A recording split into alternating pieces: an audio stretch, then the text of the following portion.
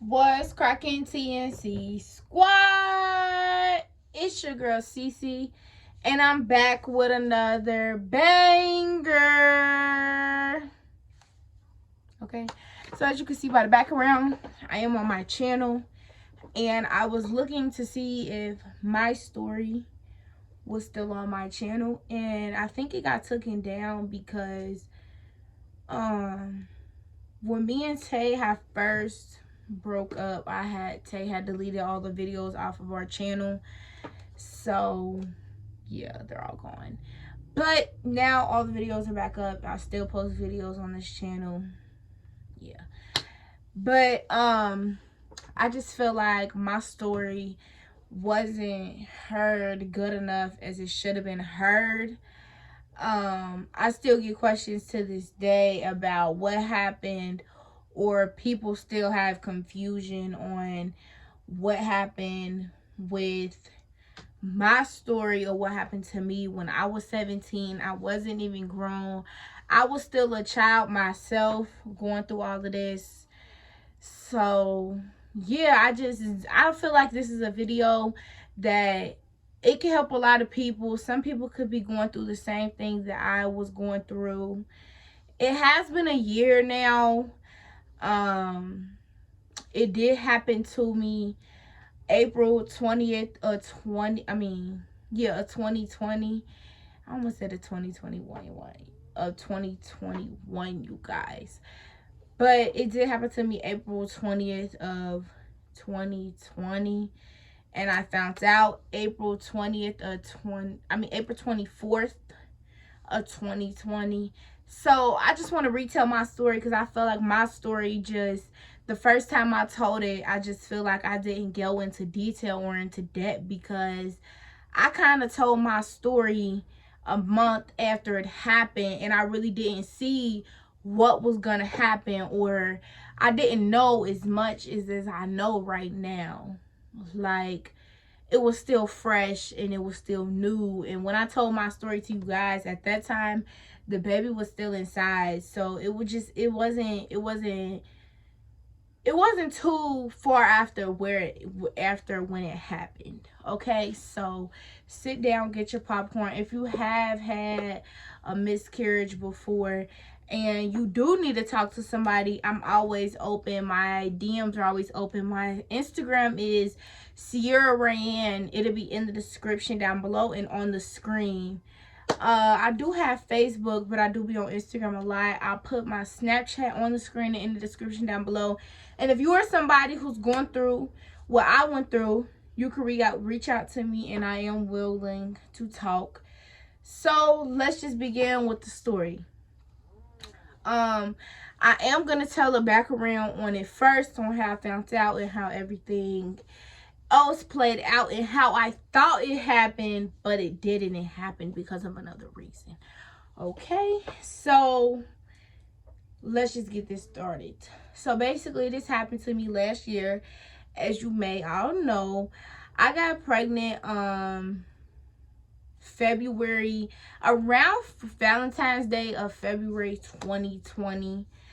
And I didn't know, but around like April, I started to have a feeling. Like, I started to have some type of feeling.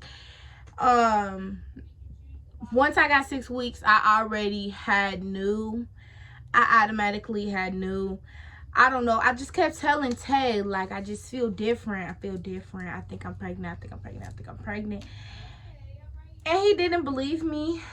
But I mean, he did believe me, but we didn't take a test at the same time. And at the same time, we was dealing with trying to see if we were still even going to be together at that point. So it was a lot of stress, and it was a lot of all of this, that, and the other. So basically, me and Tay had got into a heated argument, and then I had left from his dad's house and I had came back home. And when I came back home, I don't know, like, I was just real emotional, which who wouldn't be when you and the person you love just broke up? But I don't know, I just was real emotional, and then I drank some lemonade and I threw it up. And once I did that, and I think my cousin had came out and said that she was pregnant. And then my mom was like, okay, well, Sierra's been throwing up a lot more. Maybe she should go take a test. Mind you, at this time I was only 17.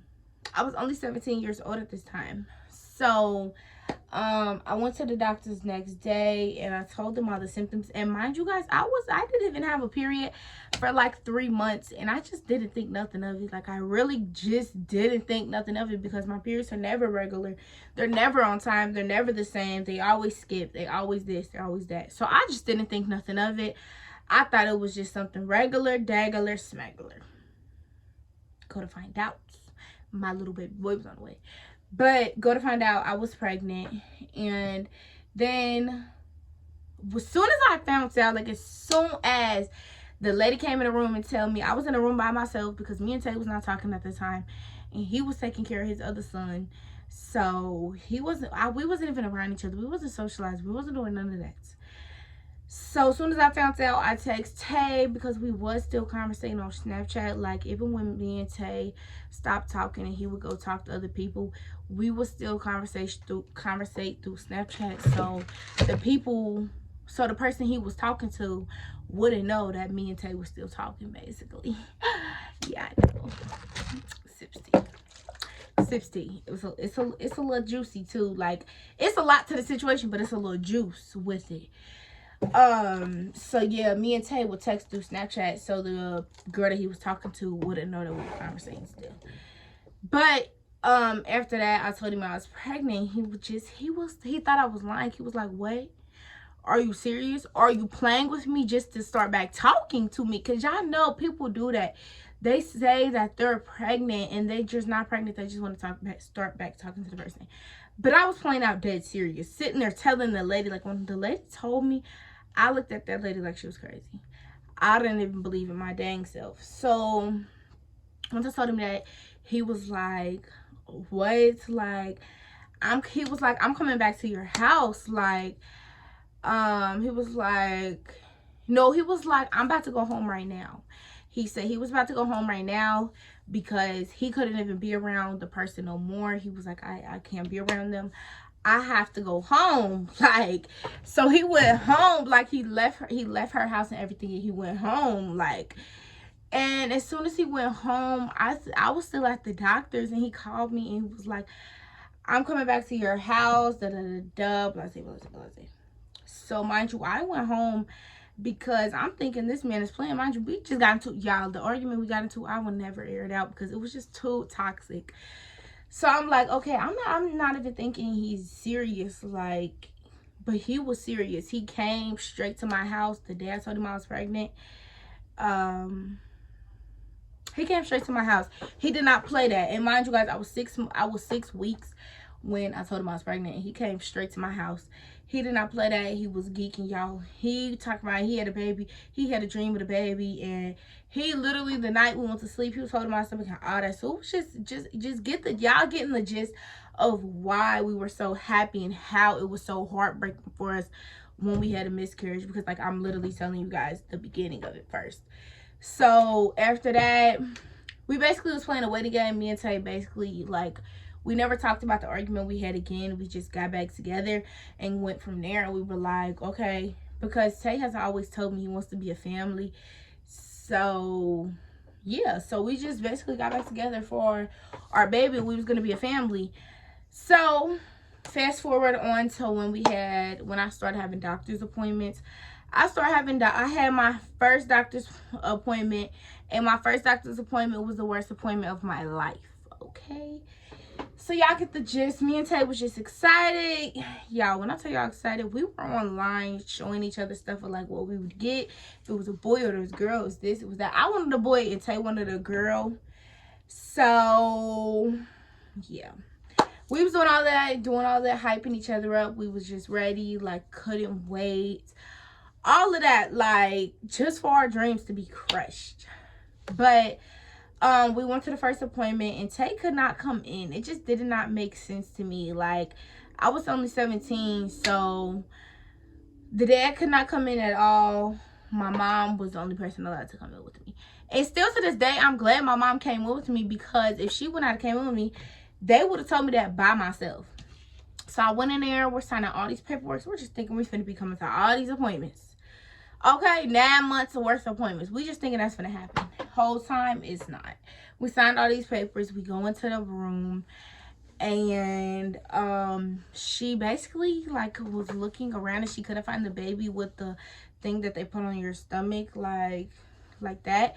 She couldn't find it, so they had to use like the dildo thing or whatever it's called. I don't know what it's called. Hope I can say that on YouTube.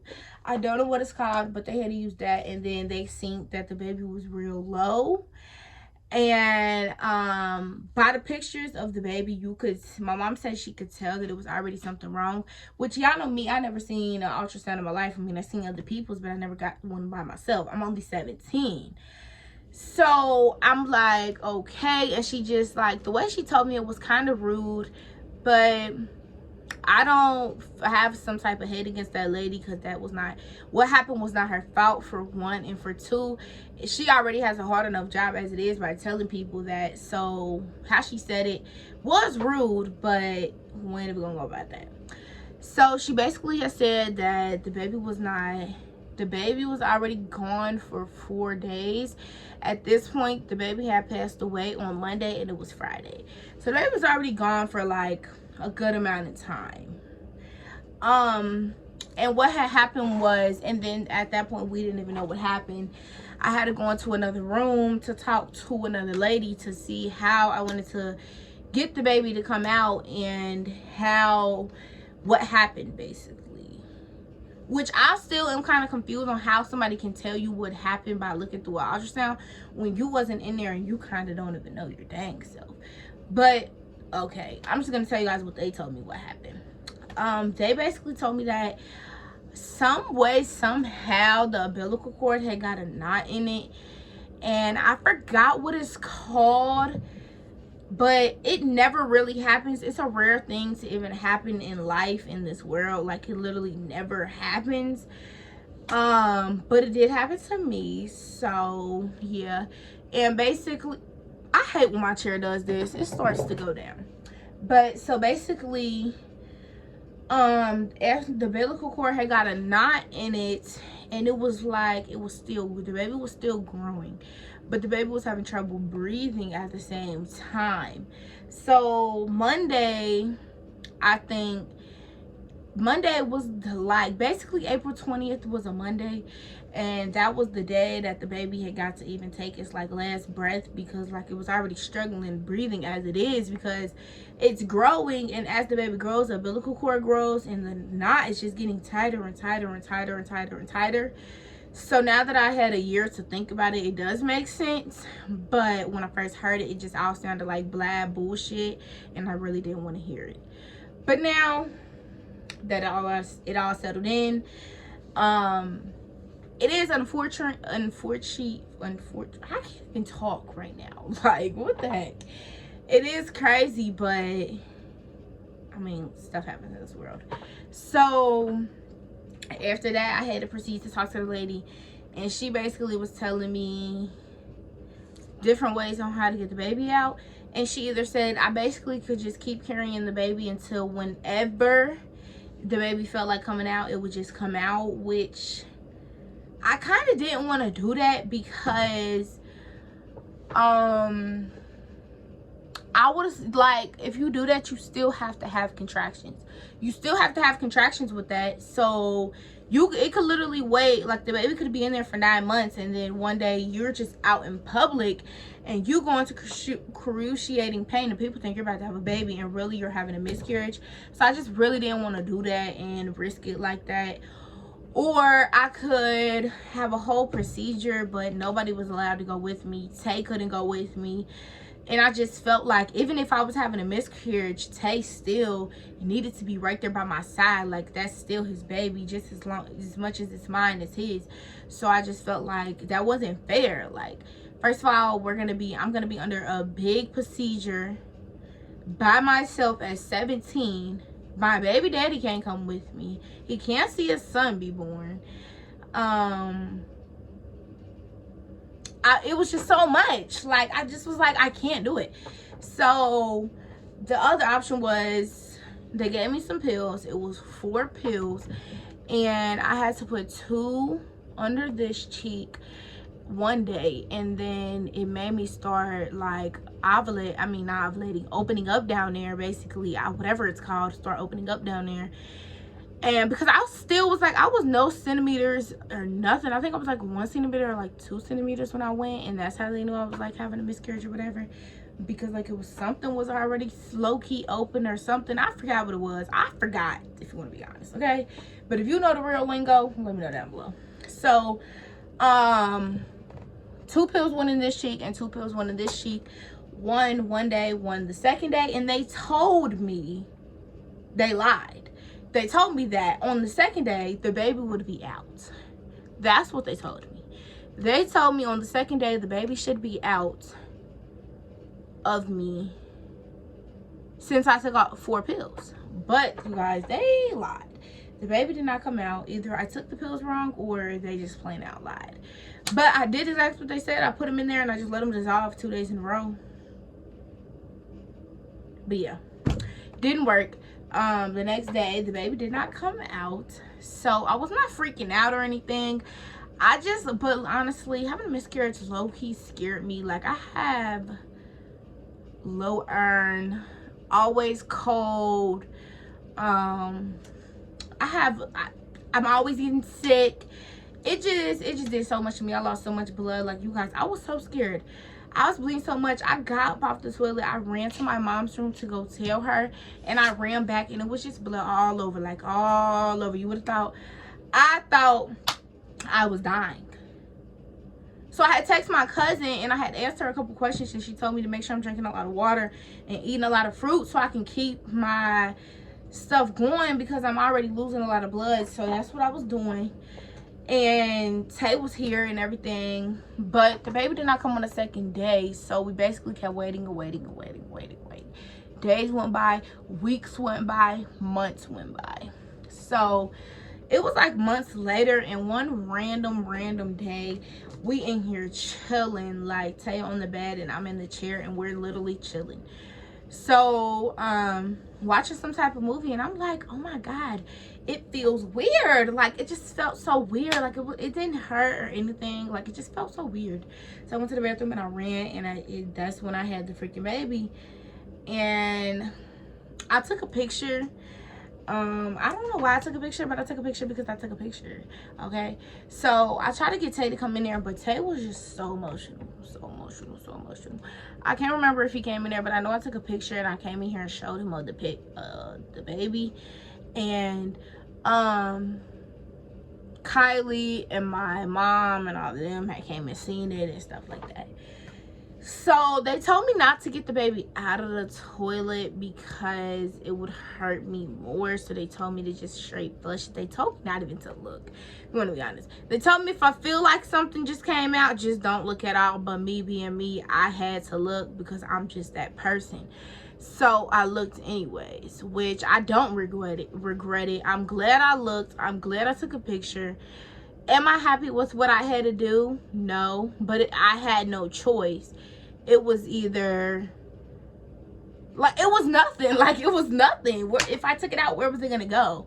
Like, it was literally one of those type of situations where flush it and let it go where it go. I don't even know where things go, but yeah, flowing the sea, probably in Africa or Asia right now, visiting the world right now. I don't know, but yeah, that's what I had to do, and it was very traumatizing. Not gonna lie to you guys, I still have days where I break down because of what I had to do. And at first, I always used to feel like it was my fault because I did it, and I just could have told him no. I didn't want to flush it. Like, I just could have done many things, but really, in all reality, it was not my fault. That was the right thing to do, and that's what I had to do because all this COVID stuff, I just had no choice. So yeah, that's what I had to do. That's my story on how me at 17 and my baby father at, how was he?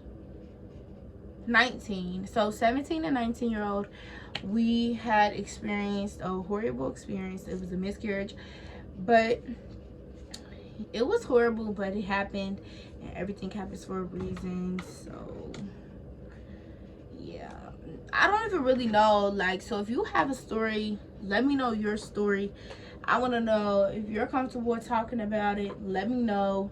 Everybody has different stories, everybody has different experiences, everybody has different reasons and different everything. But I have this necklace that my mom got me.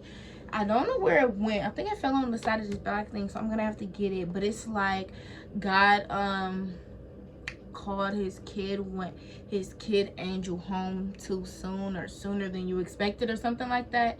So I have that. I do wear that all the time. I have a whole memory box up there that you can see with stuff of my babies that I had got and stuff of my grandma's. So yeah, that is my story on what happened to me at 17 years old. I did have a miscarriage. It was horrible, but a year later, all I did, I took all the pain and all the anger and all of that, and I put it into school. Everything that miscarriage had made me mad, sad, made me just want to lose it, I put it into school. I put it into that schoolwork, and it all paid off, because now, a year later from a miscarriage, I graduated. And not only did I graduate exactly a year after having a miscarriage, but I graduated a year early than I was supposed to. I was supposed to be a junior next year, but now I'm out of school. Ain't no next year, ain't no nothing. Now I can move on to the next chapter in life. And I just feel like God was telling me to wait, to hold on. I was a child and I had to focus on school, and that's just how I will always feel about the situation. So now that I'm out of school, I could think about a family, I could think about a job, which I already had one, but I could think about all that good stuff. So make sure you like this video. Stay tuned to my channel, because not all my story times are sad and sappy. Some of my story times will be good and stuff like that, but I just feel like somewhere out there, this video can help somebody. I was 17 and I did it. So if you're older than me, you can get through it. If you're younger than me, you can get through it. We all can get through it. DM me if you need help. Oh, I'm tripping. Pushing the wrong